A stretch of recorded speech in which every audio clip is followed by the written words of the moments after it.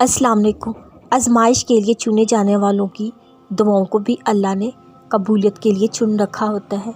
وہ تمہارے ہاتھوں کو تب تک خالی نہیں کرتا جب تک وہ انہیں اور بہتر چیز سے بھرنے کا ارادہ نہ کر لے۔ جب بھی اداس ہونے لگو خود کو یہ یاد دلایا کرو، جس نے مشکل دی ہے اس نے مدد کا وعدہ کر رکھا ہے۔ وہ آزماتا اسی چیز سے ہے جو تمہیں بے حد پیاری ہوتی ہے، تاکہ اس چیز کے ملنے کی تڑپ تمہیں اللہ سے ملوا دے۔ اس یقین کے ساتھ مانگو، اللہ ضرور دے گا۔ پھر دیکھو وہ تمہیں اتنا عطا کرے گا تم گنتی تک بھول جاؤ گے۔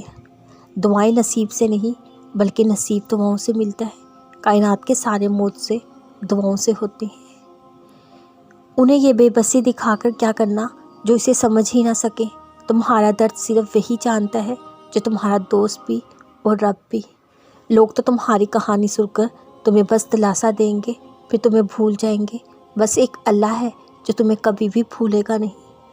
دعاؤں میں سکون مل جائے تو سمجھو دعائیں قبول ہو گئی ہیں، کیونکہ ان دعاؤں میں اللہ کی رضا شامل ہوتی ہے۔ موت سے اللہ کے راضی ہو جانے سے ہوتے ہیں۔